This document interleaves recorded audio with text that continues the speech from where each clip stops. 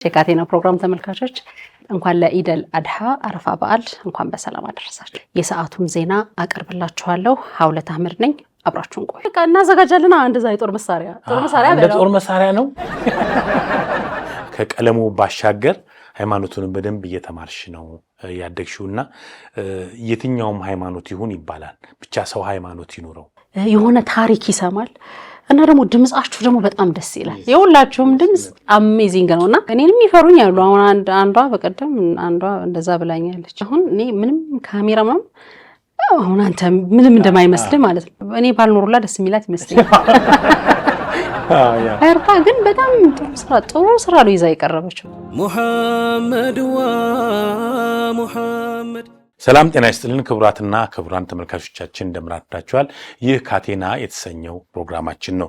በመላው የእስልምና እምነት ተከታዮች በታላቅ ድምቀት እየተከበረ ያለውን የኢድ አልአድሃ አረፋ በዓል አስመልክተን ልዩ ዝግጅት ይዘን ቀርበናል። እስከ ፕሮግራማችን አብራችሁ እንድትከታተሉ እንጋብዛለን። በድጋሚ እንኳን አደረሳችሁ።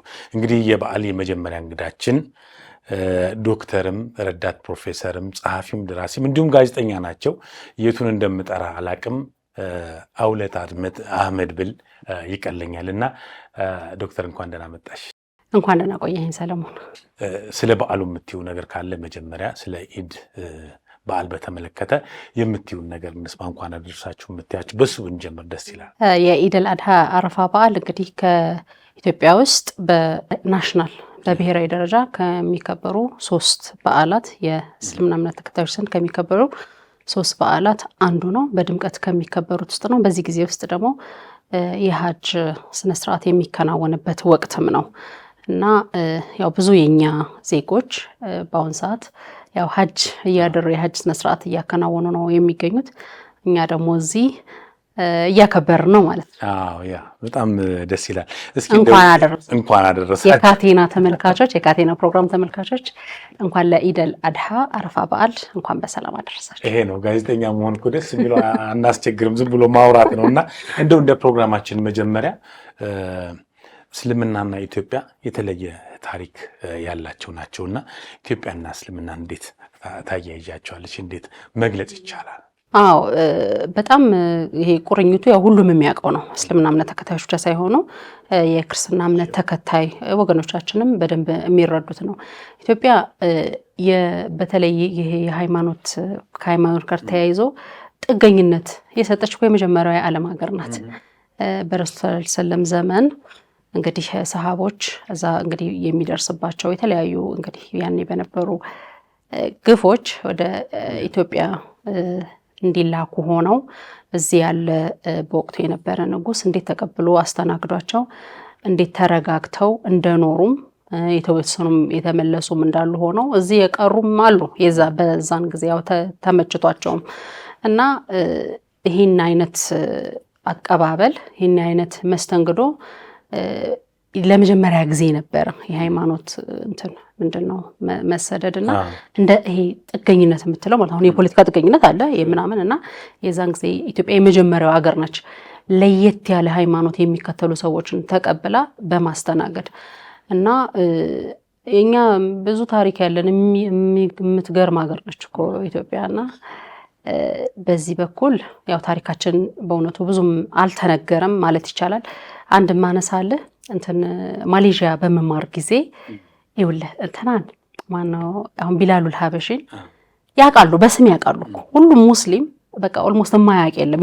ሌላ ዓለም ላይ ያሉ አሁን እኔ የሄድኩበት ሩቅ ምስራቅ ምንድነው ሳውዝ ኢስት ኤዥያ የደቡብ ምስራቅ እስያ አካባቢ በጣም ብዙ ሙስሊም ይኖርበት ኢንዶኔዥያ፣ ማሌዥያ፣ ሽሪላንካ፣ ባንግላዴሽ ምናምንና ቢላሉል ሀበሺን ያውቃሉ፣ ነጃሽን ያውቃሉ። ግን የት ነው የሚለውን ኢትዮጵያ የሚለውን አስተሳስረው መጥራት አይችሉም። እና በሌሎች እንትኖች ላይ ያለን ስም የገነነ ሆኖ ግን የኛን ሀገር ኢትዮጵያ የሚለውን ሀገር ማለት አይችሉም። ምንድነው ማገናኘት አይችሉም። በቃ የሆነ የሀበሻ ምናምን የሆነ እንትኑ አላቸው። ግን እዛ ላይ ምን ያህል እንዳልተሰራ ማሳያ ነው እንጂ ምን ያህል እንግዲህ በመላው ዓለም የሚገኙ የእምነቱን ተከታዮች ወደ ሀገራችን ማምጣት በጣም ይቻል ነበረ በብዙ መንገድ በቱሪዝም በለው በሌላ በተለያዩ ድጋፎች ብቻ የኛ ያለን ቁርኝት ግን የተለየ ነው ለማለት ነው። ከዚሁ ጋር የተለየ ይሆናል ካልሹ ጋር እንዳለ ለእስልምና እምነት እዚህ መድረስ የራሳቸው አስተዋጽኦ ቢኖርም እንደ ሀገር አንቺ በተወለድሽበት በደብረ ብርሃን አካባቢ ደሴ፣ ወሎ፣ ሌሎችም ሀገሮች አዲስ አበባን ጨምሮ ክርስቲያንና ሙስሊም እስካይለይ ድረስ አብሮነታችን አለ። ይሄን እንዴት በእድሜሽ በነበርሽበትና አጠቃላይ በሊትሬቸር የምታዩ ነገር እንዴት ታዛምጂዋለሽ? ኦነስትሊ አሁን እንደዚህ አይነት ነገሮች አሁን ቅርብ ጊዜ እንደዚህ መነሳታቸው ራሱ እኮ የሚያስገርም እኮ ነው። ተነስቶ ሁሉ እኮ የሚያውቅ አይደለም። የሙስሊምና የክርስቲያኑ ይሄ አብሮ ተጋምዶ የመኖሩ ነገር በቃ እየኖር ነው ስለነበር አይወር ማለት ምኑ ይወራል? እየኖርከው ያለውን ነገር እንደ አዲስ አሁን ከሆነ ጊዜ ወደዚህ ግን ያው በተለያዩ ምክንያቶች አላደል የተሸረሸረ ነገር አለ ብዬ እኔ ባላምንም በግሌ ግን እንደዚህ አይነት ነገሮች እንዲነሱ ሆኗል። አሁን የማህበራዊ ሚዲያውም አንዳንድ የሆነ የሚያባብሳቸው ነገሮች አሉ የሆነ ቦታ እንደዚህና እንደዛ ካልሆነ በስተቀር ምል አሁን ደብረ ብርሃን አካባቢ ደብረ ብርሃን ላይ ኦልሞስት ሁሉም ነዋሪ ማለት ይቻላል ኦርቶዶክስ ክርስትና እምነት ተከታይ ነው የነበረው። የተወሰኑ ፕሮቴስታንቶች አሉ፣ ሙስሊሞች ደግሞ አለን ማለት ነው። እኔ እንግዲህ በነበርኩበት ጊዜ 5% አይሆንም ብዬ ነው የማስበው በእኔ እንትን ማለት ነው። እኔ በሰራሁት ስታቲስቲክስ የተጠና ነገር የለኝም፣ ግን ትንሽ ነን ከነበረው ቁጥር። ግን ምልህ ትንሽ በመሆናችን ምንም የሆነው ነገር የለም እና በወቅቱ አሁን የሃይማኖት ትምህርት ነበረ። የሃይማኖት ትምህርት ሲሰጥ ለምሳሌ ቁርአን ቤቶች አሉ። 3 ቁርአን ቤቶች ነበሩ። በጣም በቂ 3 የቁርአን ቤቶች ነበሩ እዛ ለነበር ነውና በቂ ነበር ቁጥሩ። ምንም ምልህ ትምህርት ቤትም ስትሄድ ያው ከጓደኞች ጋር ነው የምትሄደው። በዓል አብረህ ነው የምታከብረው። የክርስቲያን በዓል ቤተክርስቲያን ሄደህ ታከብራለህ። የሙስሊም በዓል መስጊድ መጥተው ያከብራሉ ጓደኞቻችን። ምንም የተለየ ነገር በእውነቱ አልነበረም። ልዩነቱን አንዳንዴ እስከማታውቀው ድረስ ማለት ነው። ግን ወደ በኋላ ላይ ለየት እያለ እኔ መጽሐፌም ላይ አብዛኛውን ነገር ስጽፈው የኖርነውን ነገር ስንጽፈው ክርስቲያን ሙስሊም ነው ያልኩ አልጻፍኩትም። ዝም ብሎ ነው የጻፍኩት። ግን ታየዋለህ እዛ ውስጥ ምን ያህል ትንትኑን ይሄ እንደዚህ የመተሳሰሩን ጉዳይ ፍንትው አድርጎ ያሳያል። ስለ መጽሐፍሽ ካነሳሽ ልጅነትሽን በደንብ ጽፈሽዋል በልዩ ሁኔታና ያቺ ልጅ የሆነችው ደብረ ብርሃን የተወለደችው ሐውለት ምን የተለየ ነገር ነበራት? መለስ ብለሽ ስታስቢው ብዙ ጊዜ ከሃይማኖት ጋር ነው እንትንሽና ያቺን ልጇን ወጣቷን ሐውለት እስቲ አስታውሽ። ደብረ ብርሃን እንግዲህ ያው በቁርአን በትምህርት ምናምን ነው የሚያልፈውና ደግሞ በጨዋታ ነው። ያው ጨዋታ ስልህ ያው ጎረቤት ነው የሚያሳድግህ። ዞሮ የትም ውልፈት ማለት አትችልም። የሆነ ቦታ እንትን ካልክ ለጨዋታ ራሱ ሌላ የማይታወቅ ሰፈር ከሄድክ ያንተ ሰፈር ሰው ከመጣ ጆሮውን ቆንጥጦ እንዲህ ይዞ ነው በቃ የሚያመጣ ወደ ሰፈር ምናምን። እንደዚህ መሸት ሲል ከታየ እያንቆራጠጠ ነው የሚያመጣ። ጎረቤት የሆነ የሚያውቅ ምናምን አካባቢ የሌላም ሰፈር ቢሆን ጸጉረ ልውጥ ከሆንክ እዛ አካባቢ ከየት ነው የመጡት እነዚህ ልጆች ይባላል፣ ይጠየቃል ምናምንና ይዘው ሁሉ ይመጣ። ይሄ የነበረው አስተዳደግ ብዙ ቦታ አሁን ይሄ በእኛ እድሜ የነበረው ሌሎችም እንግዲህ አሁን ያስቡታል ብዬ አስባለሁ። እንደዚህ ነው ሁሉም ቦታ ላይ ኖት ጀስት ደብረ ብርሃን ብቻ ሳይሆን ሌላም ቦታና እኔ እንግዲህ ደብረ ብርሃን ሞገደኛ ታውቃለህ፣ ሞገደኛው እኔ ነው ያደኩትና አሁን ሞገደኛ ነኝ መሰለኝ። እንዴት ነበር የልጅነት ታሌንትሽ? ግማሹ ይሮጣል፣ ግማሹ ይዘፍናል፣ ግማሹ የትኛዋ ላይ ነበርሽ ሐውለት? እኔ እንትን ነው ምን እችል ነበር መሰለ ይሄ ቡድን ኦርጋናይዝ ማድረግ ይችላል። እንትንም ሊሆን ይችላል፣ የሚደባደብ ቡድንም ሊሆን ይችላል፣ የትምህርትም ሊሆን ይችላል። ኦነስትሊ እኛ ሰፈር እኔና እህቴ በጣም ብዙ ተማሪዎችን ጎበዝ ተማሪዎች እንዲሆኑ አድርገናል። የደረጃ ተማሪዎች እንዲሆኑ አድርገናል። እያስጠናን እንደዚህ እያስተባበርን ማለት ነው። ከሌላ ሰፈር እንግዲህ መጥተው ለምሳሌ ኳስ አለ። እኔ በጣም ኳስ እወዳለሁ ከድሮም ማለት ነው ከልጅነቴና በጣም እና የኛ ሰፈር የነጋዴ ሰፈር ነውና ነጋዴ የሚባል ቡድን ነበር። የልጆችም አለ የትልልቆችም አለ። በተለይ የልጆቹ በጣም አሜዚንግ ነው። በደንብ ነው በቃ ፈንድ የሚደረጉ የነበረውና ከየትም ሰፈር የመጡ ተጫዋቾች እኛ ጋር ብዙም አያሸንፉም። የኛ ናቸው በቃ ኃይለኞች ነበሩ በደንብ እንትንም ስላላቸው ማለት ድጋፍ ስላላቸው እና እዛ ላይ የማስጨፈር የሆነ እንዲህ አይነት ታሪክ ነው ያለኝ። እንደናቼን ነው ማለት ነው በሉ እንደዚህ አይነት ታሪክና ትምህርት ላይ ደግሞ አይ ዋዝ ሶ ሲሪየስ። ትምህርት ቤተሰብ የሚያውንትን ስለሚሉ ትምህርት ደግሞ በጣም እወዳለሁ። ኢንፍሉዌንስ ነበር የቤተሰብ በደንብ በትምህርት እንድታልጉ ምናምን የሚደረግ ነገር ነበር? አዎ የሚገርምህ ነገር አሁን እኛ የአርጎባ ብሔረሰብ አለና የኔ አያቴ የዛ ተወላጅ ነች እና እኔ ሰምሃው ያደኩት አርጎባ ብሔረሰብ ውስጥ ነው እና ብዙ ጊዜ ምን አለ መሰለህ ትምህርት አይቀጥልም። በተለይ ሴቶች 6ኛ ክፍል ምናምን ከደረሱ በጣም በጣም በጣም እሳት የላሱ ተማሪዎች ማለት ነው፣ ጎበዝ ተማሪዎች፣ የሚገርም ጭንቅላት የነበራቸው ልጆችም ሴት ልጆች ያው ወደ ትዳር ነው የሚገቡት፣ ይዳራሉ። እና በጣም ጥቂት ነን ከሃይ ስኩል አልፈን ወደ ዩኒቨርሲቲ የምንገባ በጣም ሴቶች። ወንዶች ያው የወንዶችን ቢሆን ያው ያቋርጣሉ፣ ግን የወንዶቹ በጣም ይሻላል ከኛ እና እኔ አሁን እኔ በነበርኩበት ጊዜ ላይ ብዙም አልነበረም። በተለይ ሙስሊም ሆነ ወደ ዩኒቨርሲቲ መግባት እኛ አካባቢ የሌላው ሳይሆን የኛ የደብረ ብርሃን ሳስነግርህ ብዙም አልነበረም። እንደውም ከኔ በኋላ በጣም ብዙ ቤተሰቦች አሁን ያመሰግኑኛል እና ብዙ ሰው ከኔ በኋላ በቃ ትምህርት እንዲቀጥሉ ሆነ። እኔ እንደ ሞዴል በመውሰድ ማለት ነው። እና ብዙ ሴት ተማሪዎች ከዛ በኋላ ዩኒቨርሲቲ ጆይን ሊያደርጉ ችለዋል ማለት ነው። እና ትምህርት ላይ ይሄን አሁን ተደባዳቢነት፣ ስፖርት ምን ያለው ነገር የለም ማለት ይቻላል። በሁሉም በፖዚቲቭም በኔጌቲቭም ቡድን ማደራጀት ላይ አትቻይም ነበር። ለነገሩ ቡድን ለማደራጀት እኮ ታማኝ መሆን አለብሽ፣ ማሳመን መቻል አለብሽ። እሱ አለ አይደል? ያን ጊዜም እንዴ በደንብ በቃ ዙሪያዬ በጣም ብዙ ሰው ማሰለፍ እችላለሁ። ኤኒ ታይም በደንብ አድርጌ ኦርጋናይዝ ማድረግ እችላለሁ። የሚገርም 1981 ላይ ኢህአዴግ የገባ ጊዜ ማለት ነው። 1983 ላይ 1983 እኔ ስንተኛ ክፍል ተማሪ ነበርኩ መሰለህ? 2ኛ ክፍል ተማሪ ነበርኩ መሰለኝ። እና በዛ ሰዓት እንትኖች አሉ የሚወረወሩ ስለ ኮቾሮ ምናምን ጽፌያለሁ መጽሐፌ ላይ። ይሄኛው ግን ይሄ ሰርዲ ምናምን ቆርቆሮች አሉ እና በጣም ይጣላሉ እዛ።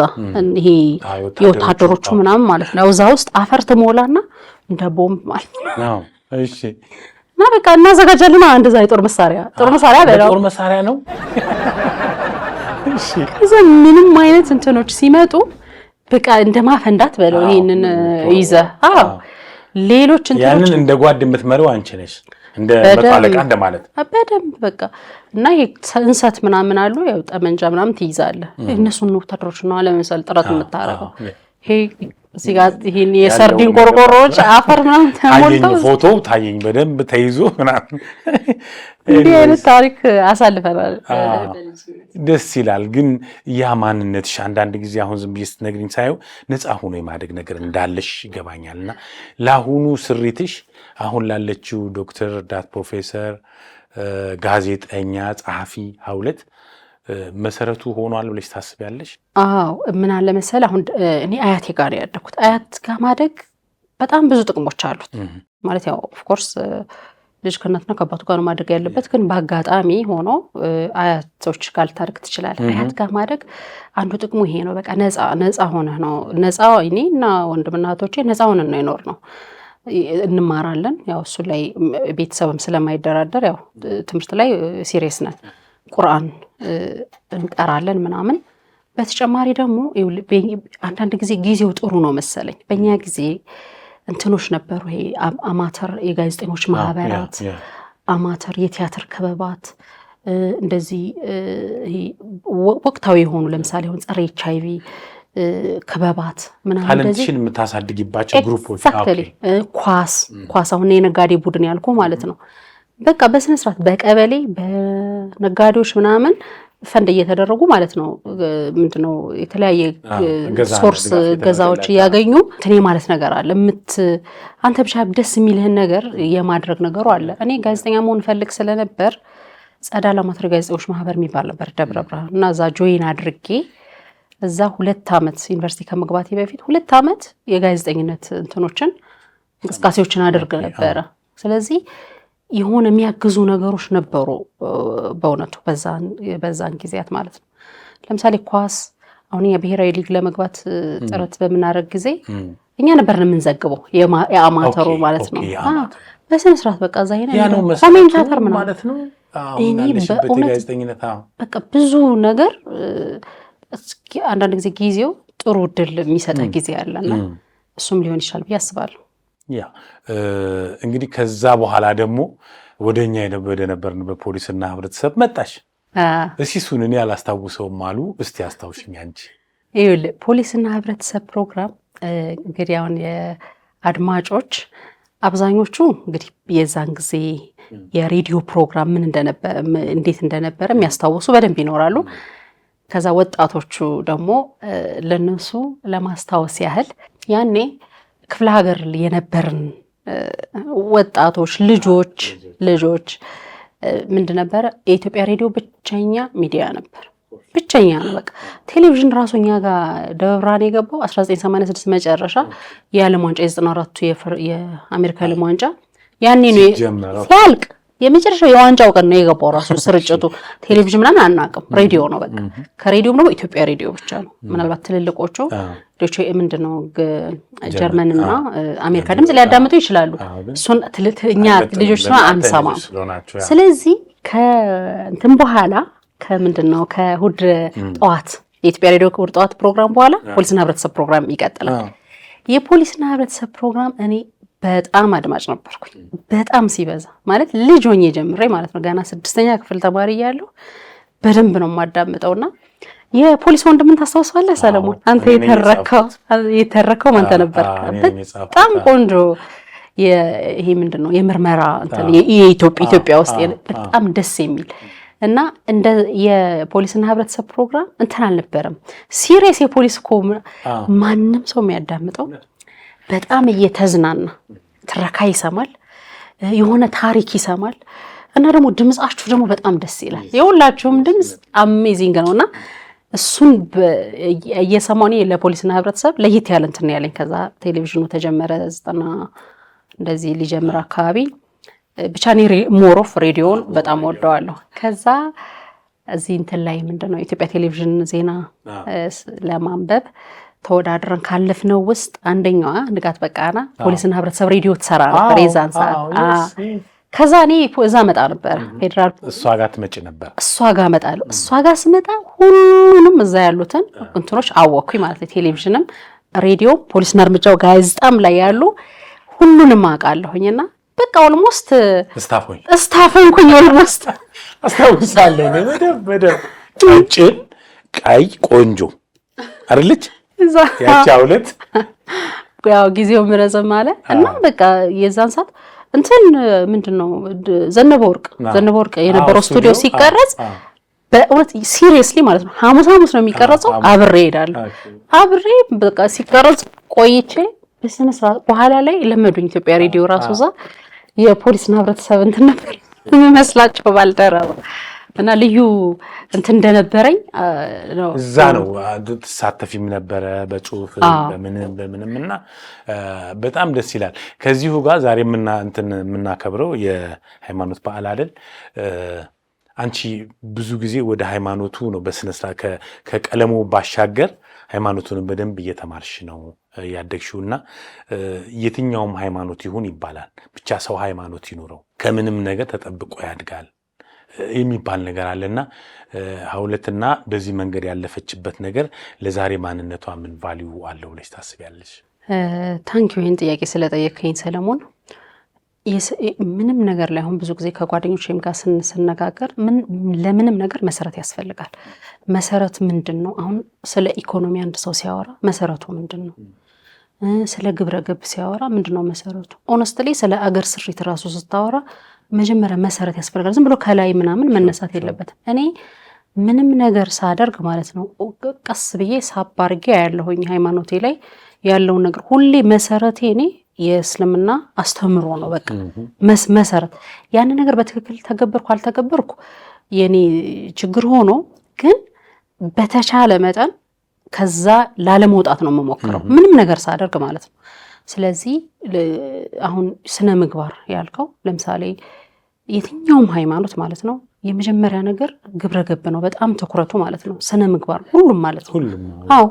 ሁሉም ኤክስ ዋይ ምናምን ሳይባል ስለዚህ የእስልምና እንትንም ላይ አስተምሮዎችም ላይ በጣም በጣም በጣም በስፋት ማለት ይቻላል የአንድ ሰው ስብዕና እንዴት መገንባት እንዳለበት ነው በተለይ ሐዲሶቹ እንትን የሚሉት ማለት ነው የምታገኘው ነገር። ስለዚህ እኔ አሁን ያለሁበት ማንኛውም ነገር ማለት ነው ማንኛውም ነገር መሰረቱ ከዛ ነው የሚመጣው። ከዛ የሚቃረኑ ነገሮችን በተቻለ መጠን ላለማድረግ ነው ሞክረው። ላደርግ እችላለሁ፣ ሰው ስለሆንኩ ብዙ የማይሆኑ ነገሮች ልሰራ እችላለሁ፣ ግን በተቻለ መጠን ግን ያንን ላለመልቀቅ ሞክራለሁ። እኔ መስመሬ እዛ ነው ያለው እና ከዛ መውጣቱን በምንም ጉዳይ ነው የምልህ፣ በምንም ጉዳይ ከዛ እንትን ማለቱን መውጣቱን አልፈልገውም። አንድ ነገር ሲነሳ ለምሳሌ አሁን ቤተሰብ ወይ ደግሞ አገራዊ ጉዳይም ሊሆን ምን ይዘህ ነው የምትነሳው፣ መሰረት ምንድን ነው የሚለውን እይዛለሁ ማለት ነው። ስለዚህ የኔ እንትኔ ትስስሬ እችላለሁ እፈልጋለሁ በጣም በጣም ጥብቅ እንዲሆን ላልችል እችላለሁ እንዳልኩ፣ ግን ለምንም ጉዳይ መሰረቴ ሃይማኖቴ ነው። ሌላው ቀጥሎ ነው የሚመጣው። እንደዛ ነው የኔ እንትን ግንዛቤ። እሱ ነው እኔም መሰረት ብዬ የማስበው እሱ ነው። የትኛውም መንገድ ይኑር፣ የትኛውም ሃይማኖት ይኑር፣ ብቻ ይኑር። እንደዚህ ከመስመር ስትወጪ ትገቢያለሽ፣ በዛ አማካኝነት ማለት ነው። ትክክል። ወጥቶ አለመቅረት ነው ዋናው ቀላሉ ከባዱ ነገር እና ኤግዛክትሊ ሃይማኖት ከተፈጥሮ ህግ ውጭ አይደለም። በነገራችን ላይ ተፈጥሮ ምንለው አለ አይደለ? እና የሃይማኖት ህግጋት በሙሉ እና የተፈጥሮ ስምም ናቸው። ህግ ሰው ሰራሽ ህግም ሲወጣ ሰው ሰራሽ ህግም የሃይማኖትን የተፈጥሮ ህግን የሚቃረን አይደለም። ሰው ሰራሽ ህጎችም ራሳቸው ማለት ነውና ዞሮ ዞሮ መሰረቱ ልክ ስታመጣው ብዙ ጊዜ ሃይማኖታዊ አስተምሮዎች ናቸው የሚሆኑት እና ከዛ አለመራቃችን በጣም ይጠቅመናል ብዬ አስባለሁ ለብዙ ነገር።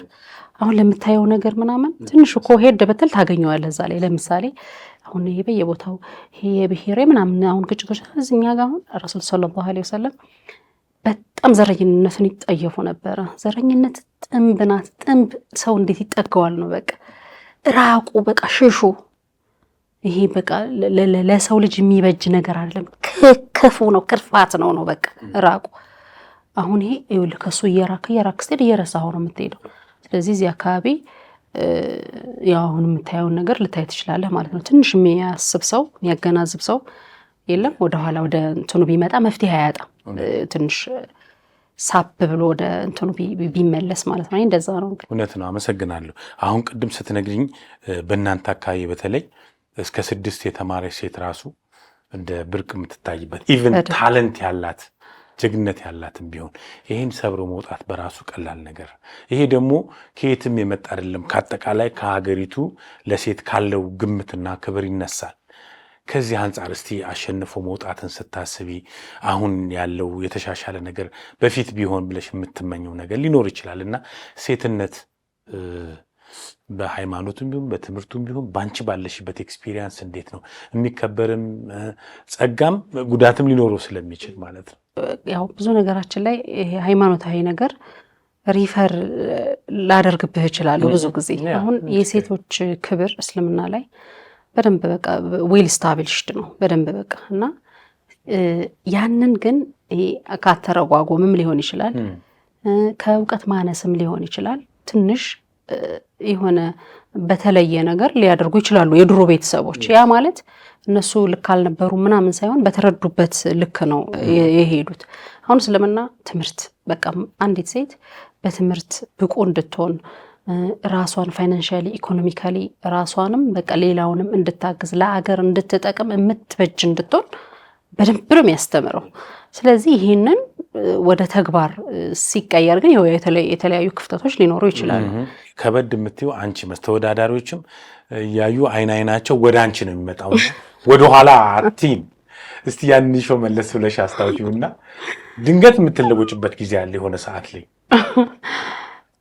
ሰለሞን። እኔ ኖርማሊ ሳወራ አሁን እኮ በጣም ራሴን ተቆጣጥሬ ቀስ ምናምን ለመረጋጋት እኮ ሞክሬ ነው እንጂ ኖርማሊ እኔ ሳወራ በቃ እንትን ነው በቃ የለም ምቆጣ ምናምን በቃ ምናድድ ምናምን ነው ይመስለው።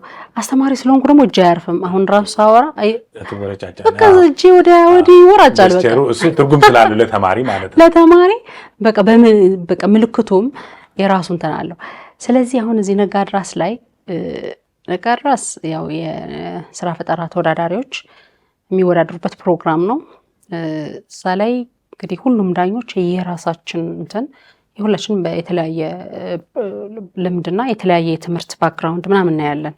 ከባክግራውንዳችን በመነሳት ነው ብዙ ሀሳቦችን የምንሰጠው እና አንዳንዴ እኔን አይደለም ባይዘው እኔ እንደውም ብዙ የሚፈሩኝ አይመስለኝም። ሌሎች ዳኞችንም እኔንም የሚፈሩኝ አሉ። አሁን አንዷ በቀደም እንደዛ ብላኛለች። በቃም እኔ ባልኖሩላ ደስ የሚላት ይመስለኛል። ፈርታ ግን በጣም ጥሩ ስራ ነው ይዛ የቀረበችውና እንዳትፈራ ምናምን በደንብ እንትን ብያት ነግሬያት ማለት ነው። ከፕሮግራሙ በፊት ተረጋግታ ምናምን ደስ የሚል ነገር አቀረበችልን እና እንዲሁ አንዳንድ ጊዜ እንዲሁ ስታየው የምትፈራው ሰው ሊኖር ይችላል። እዚህ ደግሞ ዳኝነት ላይ አሁን እንኳን ያው እየለመዱን ስለመጡ አሁን ያሉ ተወዳዳሪዎች አብዛኞቹ ማለት ነው አይፈሩም። ሲመጡ በቃ ኮራ ብለው ነው የሚመጡት። በጣም ነው የማመሰግነው። እንግዲህ ከአንቺ ጋር ብዙ ብቆይ ደስ ይለኛል፣ ግን ያለን ጊዜ የገደበን ስለሆነ ወደ ኢትዮጵያ ቴሌቪዥን ዜና አንባቢነቱን እንግባና ካሜራ ፊት ቆሞ መናገር በራሱ መጀመሪያ ላይ የሚፈጥረው የራሱ ስሜት አለ። ስንት ጊዜ ቆመሽ፣ ስንት ጊዜ ላብሽ ተጠርጎ የመጀመሪያ ሰሞን ሀውለት እንዴት ነበረች? እኔ በቃ አሁን ሳስበው አሁን እኔ ምንም ካሜራ አሁን አንተ ምንም እንደማይመስል ማለት ነው። ምንም ነው የማይመስለኝ። አሁን ምንም አይነት ቦታ ላይ በሆን መድረክ ምናልባት አስተማሪም ስለሆንኩ ሊሆን ይችላል። እዚያውን ስታስተምር ዩኒቨርሲቲ አካባቢ አሁን ብዙ ክላሶች ይኖሩሃል ምናምን የተለያየ እሱም ሊሆን ይችላል እና ካሜራ ብዙም አልፈራም። ግን የመጀመሪያ ጊዜ በተለይ ላይቭ ማለት ነው መጀመሪያ ኢቲቪ ተቀጥረን የገባን ጊዜ ዜና በጣም ብዙ ሰው ነበር የተወዳደረው። 3 ነን ያለፍነው እና በዛ ሰዓት ማን ነበራችሁ? እኔ ንጋት በቃና እና አበበ ሙሉ አሁን የፕሮቶኮል ጉዳይ የሚባል ጥሩ ፕሮግራም ያዘጋጃል እና 3ታችን ነበርና የመጀመሪያ አካባቢ አየሩን እንድንለምደው በሚቀረጹ ፕሮግራሞች ነው እየተቀረጸን። እሱም ቢሆን ያስፈራል። በአሁን ስቱዲዮ ገብተህ ካሜራማኖች ምናምን እያሉ በጣም ነው የሚያሳቅቀው። በቃ እንዴ እንደዚህ ምናምን ላና እንትን እጃችንን ላኮ ይሄ በቃ ይሄ ከሆነ ይሄ ነው ወደዚህ ምናምን እኮ ከባድ ነው እና እንደዛ ሆኖ ከዛ ላይቭ እኔ መጀመሪያ ቀን ዜና 7 ሰዓት ላይ ነው ያነበብኩትና እኔ በህይወቴ በቃ እንደዚህ አሁን ዛሬ ትሙች አለሽ የዛን ያህል መፈራ አይመስለኝም። ወላሂ በጣም ነው የሚያስፈራው ላይቭ። እንግዲህ ብንቆይ ደስ ይለኛል፣ ግን ጊዜና ታይም ይገድበናል። ረዳት ፕሮፌሰር፣ ዶክተር፣ ጋዜጠኛ፣ ጸሐፊ አንቺ አትበል ብትይኝም እኔ ማለት ግዴታ ስለሆነ እዚህ ድረስ መተሽ በተለይ የአረፋ በዓልን ምክንያት በማድረግ ያለውን ነገር ደስ በሚል አቀራረብ ስለተጫወትን እድሜ ይስጥልን። በጣም እናመሰግናለን። እጅግ በጣም በካቴና ፕሮግራም ስም እጅግ በጣም አመሰግናለሁ። ለአንቺ፣ ለቤተሰቦችሽ፣ ለሁሉም ለምታውቂያቸውና ለመላው የእስልምና እምነት ተከታዮች መልካም ኢድ እና መልካም የአረፋ በዓል እላለሁ። እንደ መጨረሻ የምትይው ነገር ካለ በዚህ አጋጣሚ። ሰለሞን በጣም አመሰግናለሁ ስለጋበዝከኝ። እንደውም ከብዙ ጊዜ በኋላ ነው ካንተም ጋር የተገናኘ ነው። ኮማንደር አበበ ባገኘው ደስ ይለኝ ነበር፣ አገኘዋለሁ መጥቼ። እንግዲህ ዛሬ የአረፋ በዓል የኢደል አድሃ በዓል እየተከበረ ነው። በመላው ዓለም ለምትገኙ ኢትዮጵያውያን ያው ሌሎቹ አይሰሙንም ብዬ ነው ሌላ ሀገር እንትኖች፣ ግን ያው የመላው ዓለም ያሉ ሙስሊሞች መልካም በዓል ይሁንላቸው። ለኛ ደግሞ በተለይ ኢትዮጵያውያን ዜጎች ስለሚሰሙን ስለሚያዳምጡን በያላችሁበት እንግዲህ መልካም የአረፋ በዓል ይሆንላችሁ። ጥሩ ጊዜ እንድታሳልፉ ምኞቴ ነው። ከቀጣይ የካቴና ፕሮግራሞች ጋር መልካም ቆይታ ይሆንላችሁ። ኢድ ሙባረክ። በዚህ አጋጣሚ ልክ የድሮዋን ሀውለት መልሻትና ሀውለት አህመድ ነኝ እንኳን ለኢድ ምናምን የሚል ነገር እንደ ጋዜጠኛ እስቲ ዜና እንደሚያቀርበሽ ጤና ይስጥልኝ። እንደምን አመሻችሁ። መላው የእስልምና እምነት ተከታዮች እንኳን ለኢደል አድሃ አረፋ በዓል እንኳን በሰላም አደረሳችሁ። የሰዓቱን ዜና አቀርብላችኋለሁ። ሀውለት አህመድ ነኝ። አብራችሁን ቆዩ። የተከበራችሁና የተወዳጁ ተመልካቾቻችን እንኳን ለኢድ አልአድሃ አረፋ በዓል በድጋሚ እንኳን አደረሳችሁ። ሙሐመድ